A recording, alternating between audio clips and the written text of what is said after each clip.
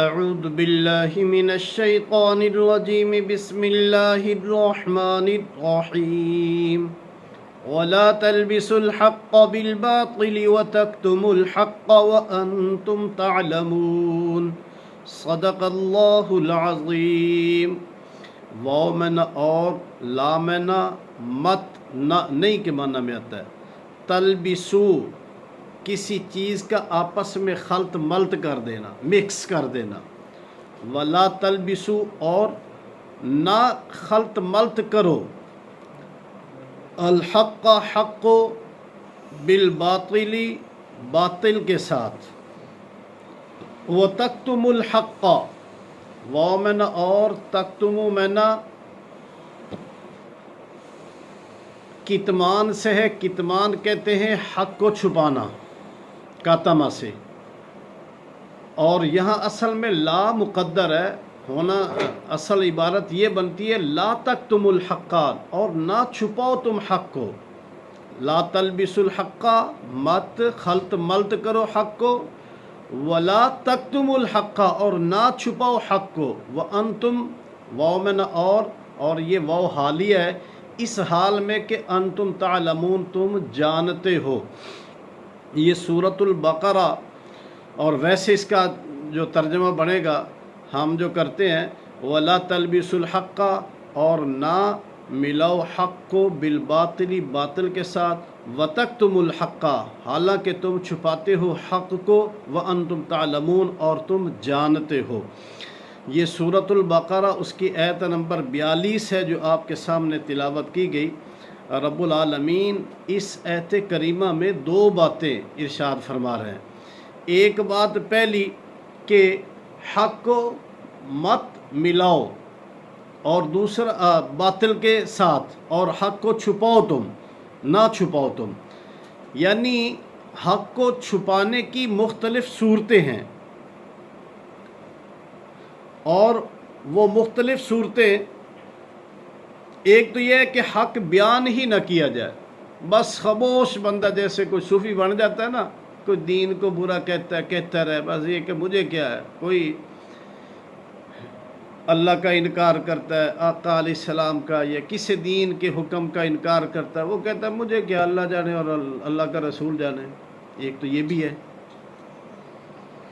کہ دوسرا یہ ہے کہ حق بات جانتا ہے لیکن ظاہر نہیں کرتا۔ حق کا پتہ ہے کہ یہ بات حق ہے، دو آدمیوں کا جھگڑا ہوا، پتہ ہے کہ یہ بندہ حق پہ اور وہ باطل ہے، لیکن یہ کہتا ہے کہ مجھے کیا ہے، اس حق بات کو چھپاتا ہے، ظاہر نہیں کرتا۔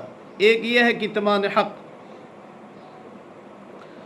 اگر یہی صورتحال رہی، یعنی حق کو چھپایا گیا اور اس کو ظاہر نہ کیا گیا، تو نتیجہ کیا نکلے گا کہ آنے والی نسلیں وہ حق کو پہچان ہی نہیں سکیں گی، ان کو پتہ بھی نہیں ہوگا کہ حق کیا باطل کیا ہے۔ جیسے آج یہ کیا ہو رہا ہے دین کے ساتھ، مذاق دین کا اڑایا جا رہا ہے، ایسے ساتھ اضافے کیے جا رہے ہیں، سمجھ سے بالا تر ہے۔ آنے والی نسلیں تو یہ سمجھے گی کہ یہ تو چیزیں تمام جو ہے دین ہے، حالانکہ وہ دین تو نہیں ہے۔ جو ملا رہے ہیں وہ بھی کہتے ہیں دین نہیں ہے، برکت کے لیے ہم کرتے ہیں، اور یہ برکت جو ہے یہ آنے والی نسلوں کے لیے بہت سارے مصائب اور مشکلات کا ذریعہ بن جائے گی۔ دوسرا یہ ہے کہ حق اور باطل کو خلط ملط کر دیا جائے، جسے کہا لا تلبس الحق بالباطل، کہ خلط ملط مت کرو حق کو باطل کے ساتھ۔ اور خلط ملط کیسے ہوگا کہ دونوں میں ڈاما ڈول ہو جائے بندہ، نہ پتہ چلے کہ یہ صحیح بات ہے یا یہ صحیح بات ہے۔ جیسے آج کل ہو رہا ہے، جاہل حضرات جو ہے، جو علماء کی سیٹیں سنبھال کر بیٹھ گئے، ان کو پتہ ہی نہیں، جب عام آدمی بات سنتا ہے وہ کہتا ہے یار وہ بھی تو عالم ہے، مولوی صاحب ہے وہ کہہ رہا ہے، اور دوسرا کہتا ہے وہ بھی تو عالم ہے، کس کی بات مانے؟ تو یہ حق اور باطل میں خلط ملط جو ہوتا ہے یہ بہت نقصان دہ ہے، کہ سمجھنے والا جو ہے وہ پریشان ہو جاتا ہے۔ اسی لیے اسلام میں بدعت کا بہت بڑا کردار ہے اسلام کو مٹانے میں۔ پیارے آقا علیہ الصلوۃ والسلام اب بدعت کیا ہوتی ہے؟ جو کام اللہ نے حکم نہیں دیا، آقا علیہ السلام نے نہیں کیا، صحابہ نے بھی نہیں کیا، ائمہ نے بھی نہیں کیا، ہم کرتے ہیں اور اس کو ثواب سمجھتے ہیں، تو اس کے دو معنی نکلے۔ ایک یہ کہ گویا اس نیکی کا اللہ اور اللہ کے رسول کو علم نہیں تھا، صحابہ کو علم نہیں تھا، ہمیں ہو گیا۔ اور دوسرا اس کا معنی کیا ہے کہ یہ ثواب کی چیز ہے۔ بھئی ثواب کی چیز کے لیے تو اتباع رسول ضروری ہے، اطاعت رسول ضروری ہے۔ اگر اطاعت رسول نہیں تو پھر وہ ثواب کیسے بنے گا؟ یہاں بہت گڑبڑ ہو گئی ہے دین میں، حق اور باطل اس کو خلط ملط کر دیا گیا ہے، لوگ سمجھنے سے بھی قاصر ہو چکے ہیں۔ اور بدعت کی جو نحوست ہوتی ہے اتنی بری ہے، ایک آدمی مسجد میں بیٹھ کر 100 شراب کی بوتلیں پی لے، حالانکہ ایک پینی بھی، ایک گھونٹ بھی حرام ہے، 100 بوتلیں پی لے، اور ایک آدمی بدعت میں چلا جائے تو یہ بدعت والا اس کو زیادہ گناہ ہے۔ کیوں کہ یہ بدعت کو گناہ نہیں سمجھ رہا، اس کو توبہ کی توفیق نہیں ہوگی، اور جو شراب پی رہا ہے وہ سمجھتا ہے کہ یہ میری غلطی ہے، تو گناہ کو گناہ سمجھ کر کرنا یہ اتنا نقصان دہ نہیں جتنا گناہ کو ثواب سمجھ کر کرنا نقصان دہ ہے۔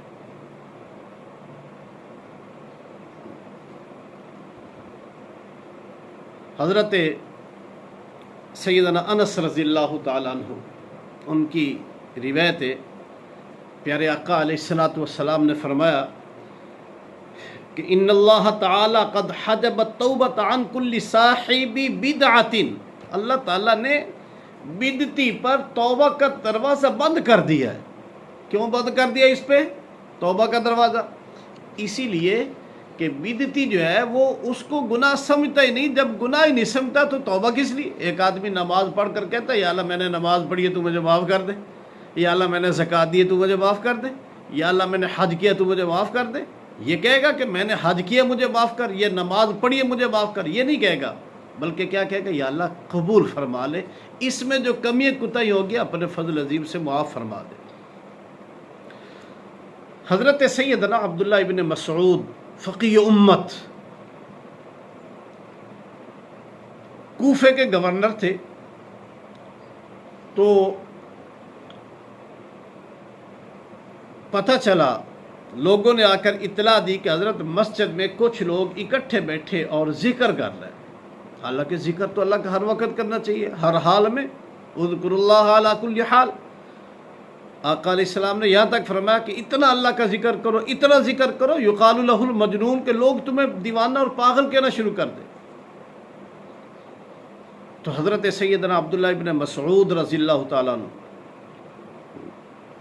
نے فرمایا کہ اب یفعلون ذلک، کیا وہ اب بھی کر رہے ہیں؟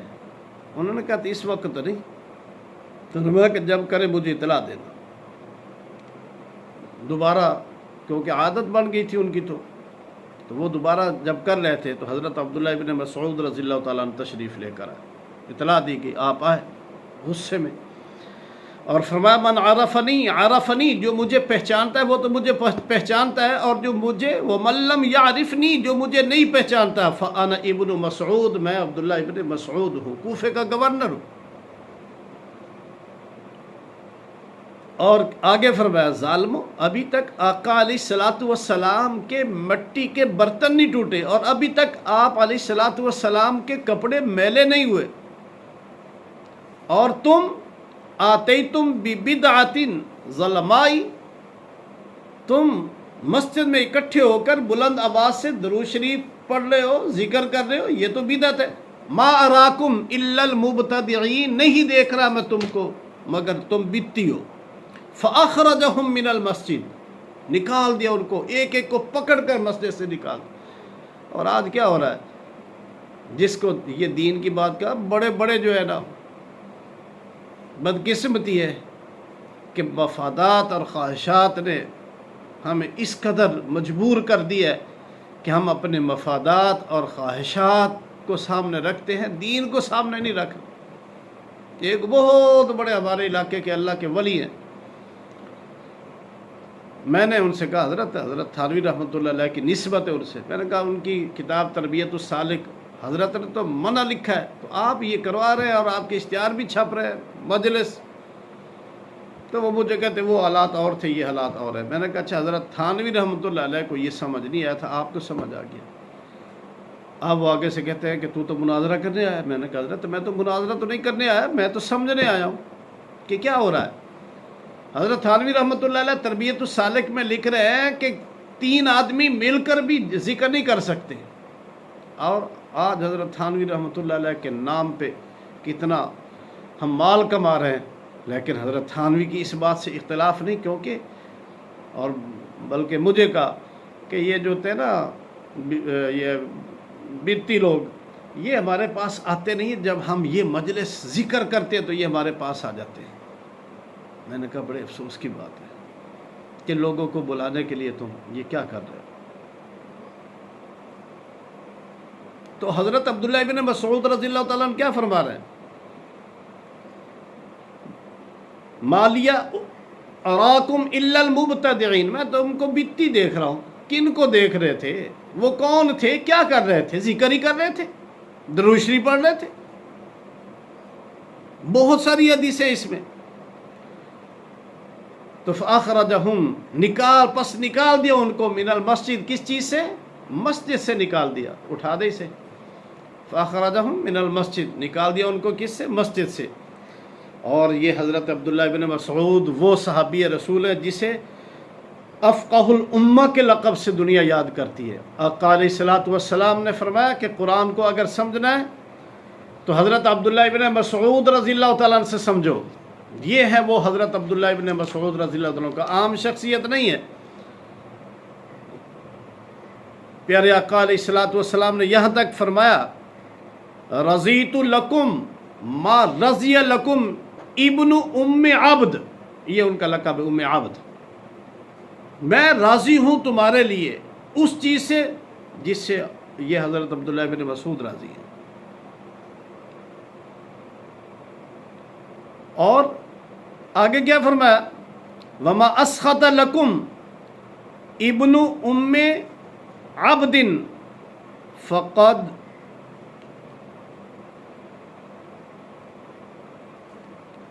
جس سے عبداللہ ابن مسعود رضی اللہ تعالیٰ عنہ، جس عمل سے حضرت سیدنا عبداللہ ابن مسعود رضی اللہ تعالیٰ عنہ ناراض ہوں، فرمایا سخط لکم، میں بھی تم سے ناراض ہوں. کتنا مقام ہے. اور وہ صحابی فرما رہے مالیہ اراکم الا المبتدعین.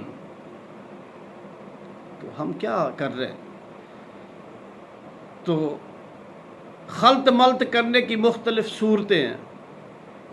ٹائم میرے خیال میں زیادہ ہو گیا، انشاءاللہ اس پہ بات مزید ہوگی. رب العالمین ہمیں دین کی سمجھ نصیب فرمائے، دین پر چلنے کی توفیق نصیب فرمائے. میرا اصل میں دیہاتی علاقہ ہے، ہم تو ہیں ہی خرافات میں پڑے ہوئے. قدم قدم پہ جو ہے نا بہت مسائل ہیں. اللہ تعالیٰ اپنی غیبی مدد فرمائے. رب العالمین ہمیں دین کی صحیح سمجھ نصیب فرمائے. رب العالمین نے فرمایا لا تلبسوا الحق بالباطل، مت خلط ملط کرو حق کو باطل کے ساتھ. وتکتبوا الحق، اور چھپاتے ہو تم حق کو، وانتم تعلمون، حالانکہ تم جانتے ہو. صدق اللہ العظیم.